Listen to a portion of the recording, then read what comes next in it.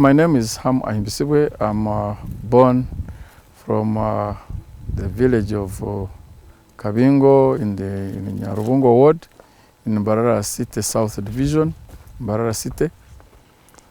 I'm a teacher by profession and I'm still teaching. I chose to start this garden of grapes in 2017. That's when we acquired this plot of land. We prepared it, and by 2018, the crops were already growing. And we got the first harvest in 2019. And for 5 years now, we've been having an improvement season after season. And it is a good venture because once you have established the garden, this vine cannot expire or dry up.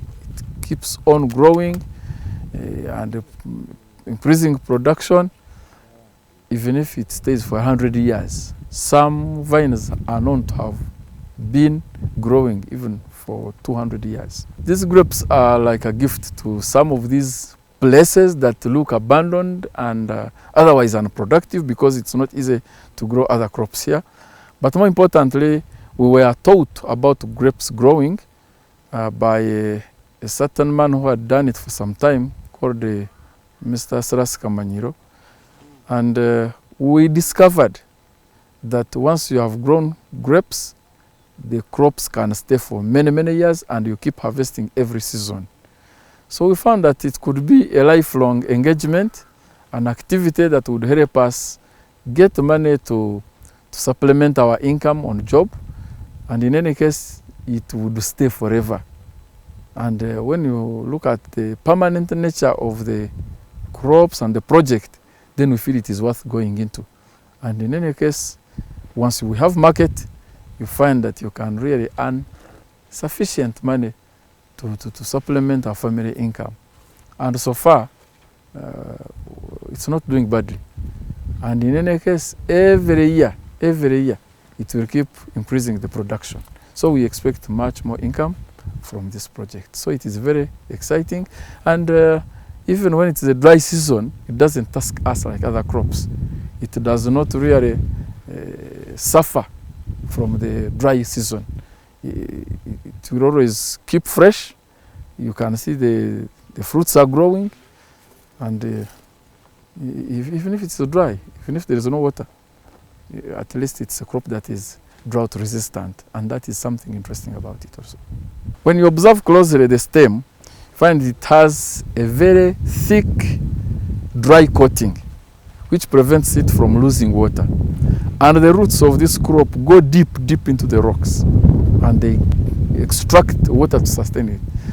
And after the harvest, which is the normal practice to have production here, you have to remove all the leaves and leave it bare so that it stores the water until you decide to prune to prepare for the next flowering season. So that way it remains green, and I think it is the nature of the crop largely. And I imagine if, of course, we had irrigation, perhaps it would do a lot better. But naturally, these grapes do not suffer when it's a dry season. When you are starting it, it requires a lot because, as you can see, this is a place that is hilly. You don't bring tractors here. It is full of stone, and it means that those people working on this farm have to charge a lot of money. So establishing a garden is expensive because you have to use special tools. You have to use a lot of people who are very committed and know what to do. Transportation of initial manure is not easy. Digging pits for planting is not easy. They're expensive.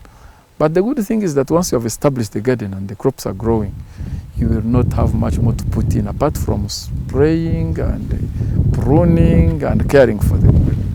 It is expensive to establish, it's true, but given the permanent nature of the project, at least once you have established, then you are good to go. For our case, and as we've known from elsewhere, at least 1.5 years. Those are 18 months. You can get the first harvest, which is not always good or big, but as time goes on and as the branches of the vine multiply with the regular pruning, then you can really get much more. The challenges are especially the natural hazards. There are diseases that infect the crop, especially at flowering stage, and once the disease has established itself, then that season is gone. So we do preventive spraying. There are very many ways of preventing this. We spray in time, and by the time the flowers are established to have the small fruits, the diseases will be prevented. That is one challenge of diseases. And then there are pests, especially when the grape is ripening. The birds are a menace. If you don't get people enough to scare away the birds, you'll not pick any fruit. They just peck at them and all of them will be gone. Then we also have the natural hazards like wind. When wind blows heavily, these crops can all go down, and especially those who put on racks, they can collapse and you get nothing. Then also keep praying that hailstorm doesn't come. If it rains, then it can be a menace. But largely those are the challenges, and these poles you see here need constant checking. They grow old and fall, so you have to keep replacing, and they are not cheap either. Buying these poles, then transporting them and all that. But largely it is a project that is engaging, but at the same time rewarding. As you could have seen, we have many people who work on this garden, and we pay them. My manager, whom you have seen, is a neighbor here. He does this as full-time work with his family members, with other neighbors. They come in, weeding, caring for the crop. Then others have to sell the poles to us. Others sell manure to us. And if, for example, with my manager, I have to support his family, I sponsor some of his children in school, just as a motivation for him to work. And people earn money from around. So that is how the community is benefiting from. And visitors, sometimes people see visitors, they interact with them. Those who have a few things to sell by the road, then they also get market. Is there a market? Yes, sure. We have mainly two sources of market. One is for vendors who come and pick the grapes for vending on the streets or in hotels. Those ones are very specific. They do a lot of sorting when they are picking, so their market is not always sufficient, but it's the commonest.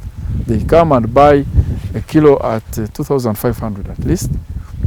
Then there are some few, very few established factories, wineries, which buy from us, but they don't give the best price. Those ones can buy at 1,800 or 1,500. That's quite miserable. So for us, my wife and I have opted for value addition, which we are just starting. We have chosen to harvest and take oral harvest for processing into wine. We might get we might go into the market maybe 3 years from now, 2 years from now, but at least it is value addition, and we are assured when you have processed these grapes into wine, it doesn't go bad. It goes adding value and taste year by year. So we are also venturing into that direction. Maybe 2 years in future, we shall be ready enough to hit the market with original wine from original grapes. No concoction. So we are very sure when we come to the market, when we have established all the requirements and we are by law certified to go to the market, we shall appear somewhere, I'm sure, and we shall go big. As you've heard, my last statement, our future plan is to go into wine production. Much as we are starting, we are not yet there. We've not gone far with the required machinery, but the skill and the process at least are in place, and we have experts who are already helping us, and we hope to go big with time. So our future plan is to have some winery. It can come in maybe at a low scale to begin with, but at least we shall have to go into wine production.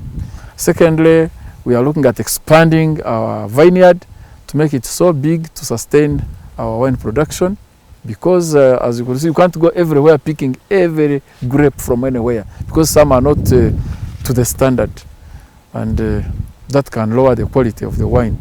So we are looking at expanding our garden, at improving the productivity of this garden by adding manure, and if we can have means of having irrigation so that all the time the production goes up. And we are also looking at influencing the community around to make sure those who have even the smallest pieces of land up in these hills really go into grape growing, so that we attract the market and possibly funding, especially that there is an association starting. Maybe there can be some cause for a processing unit to help these farmers. But again, we hope when we influence all the families around and they go into growing grapes, that will be boosting income. And for us, we even have a plan of nursery bed, because these crops were processed by ourselves. To have the seedlings, there is some technology you use and you get the seedlings. So we shall go into that so that we are ready to supply others who are growing. And even in other regions, we wish to have all these people staying in Hire or Hire places, from Isinjiro down through Wampara, Tungamo, they can go into this venture. So we encourage people to come, check and see how we started, and they also use their land, which has otherwise been abandoned or considered to be unproductive, so that we can boost our income and maybe build our country. Certainly, one way is, as I hinted, the Ministry of Agriculture promised to give us another variety of table grapes so that we can have an alternative. It is always not good to keep your eggs in one basket. This is just one variety that is for wine production. And as you can notice, we don't have an established factory close by, which is owned by the people to go into wine processing. So we feel we need to go into that program.